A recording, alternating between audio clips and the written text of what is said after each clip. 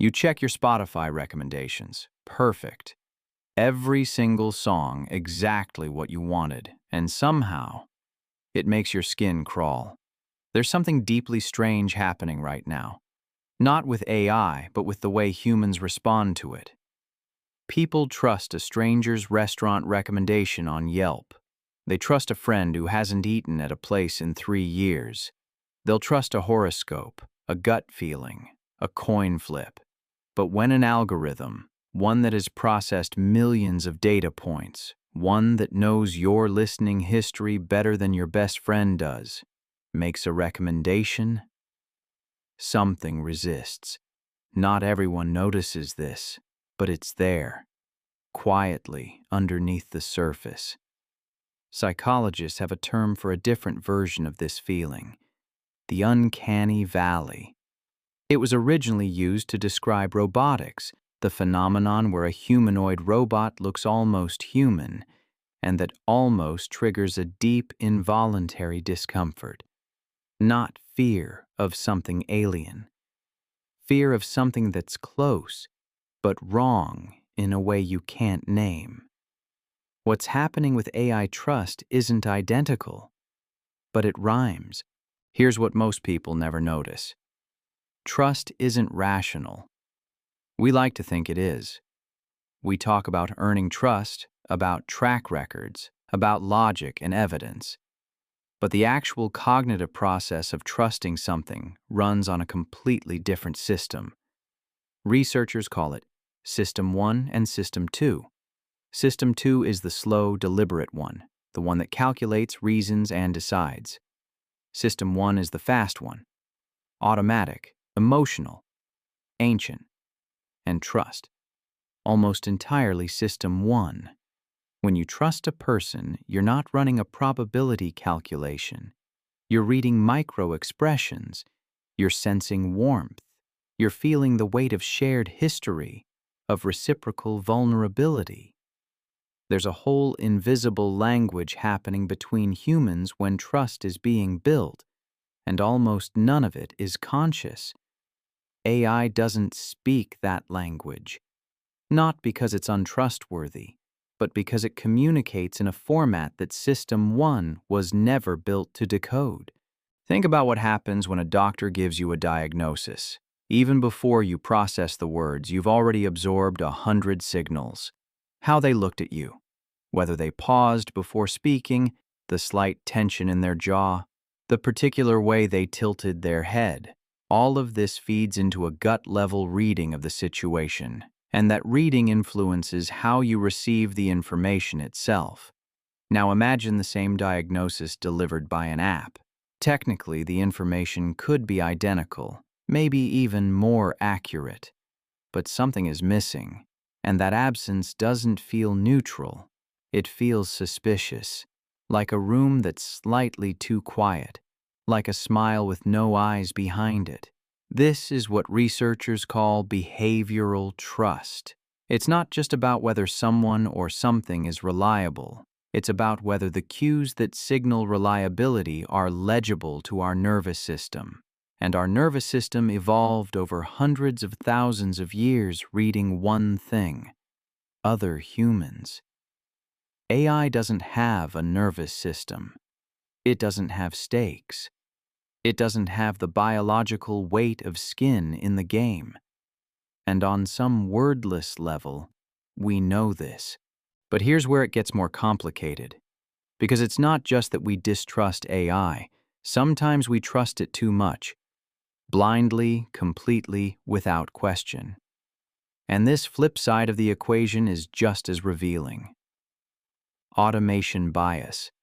This is the documented tendency for people to over-rely on automated systems, even when those systems are visibly wrong. It's been studied in pilots, in medical professionals, in financial analysts. The pattern is consistent. Once a system is labeled as authoritative, so once it has the appearance of precision, humans stop applying their own judgment. They hand the wheel over and they don't look out the window. So we have two failure modes running simultaneously in the same population. Some people resist AI recommendations instinctively, even good ones, because the signal doesn't feel trustworthy. And some people defer to AI recommendations completely, even bad ones, because the signal looks authoritative. Neither response is about accuracy.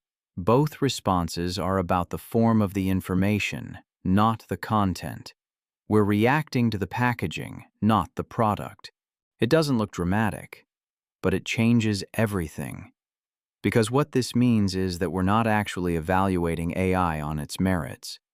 We're evaluating it on a template, a cognitive template that was built for human social interaction, then applied to something that was never human at all. And that template has a specific requirement.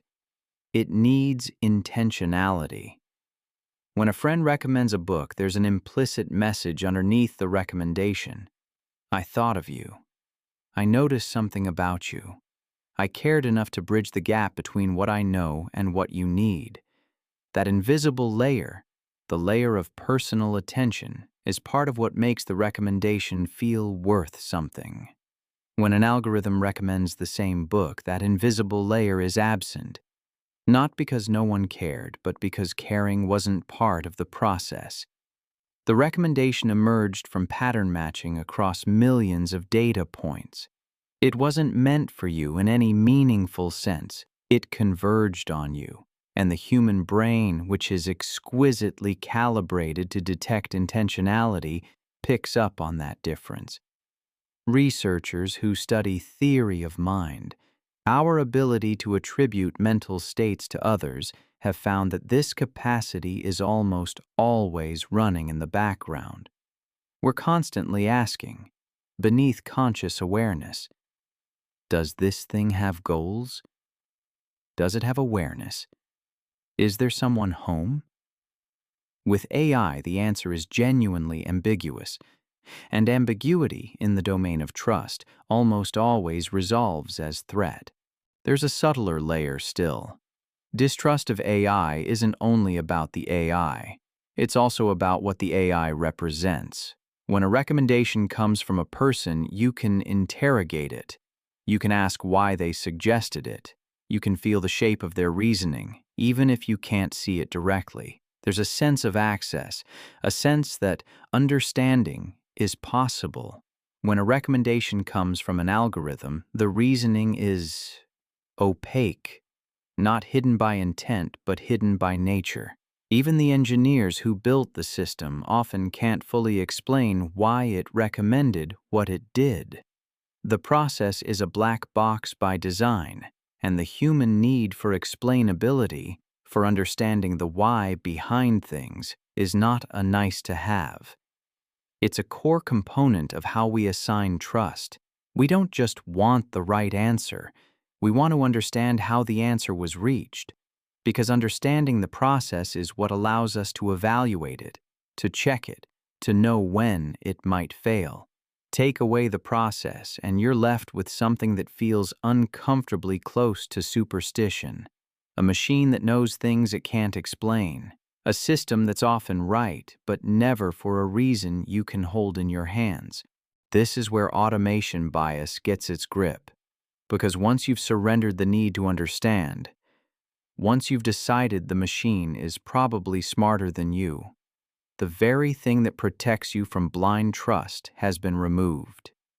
The person who defers completely to the AI navigation system, who keeps driving into the lake because the GPS said to, isn't being uniquely foolish.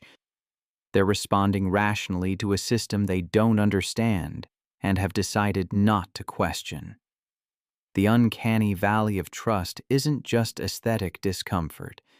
It's a sign that the cognitive tools humans use to navigate social reality are being applied to something those tools weren't designed to evaluate. And the gap between the tools we have and the situation we're facing keeps widening. There's a version of this happening every day in completely ordinary ways. Someone gets a health recommendation from a wellness app and ignores it. Not because the recommendation was wrong, but because it came from a screen. Someone gets a job interview tip from an AI career coach and dismisses it, not because the advice was bad, but because it felt generic, impersonal, like advice written for everyone and therefore meant for no one. And on the other end, someone follows a financial algorithm's suggestions without reading the fine print, because numbers and graphs feel authoritative in a way that emotions don't. Both people are reacting to form over substance. Both are being governed by a trust architecture that evolved for a world that no longer fully exists. Slowly, now, something is shifting.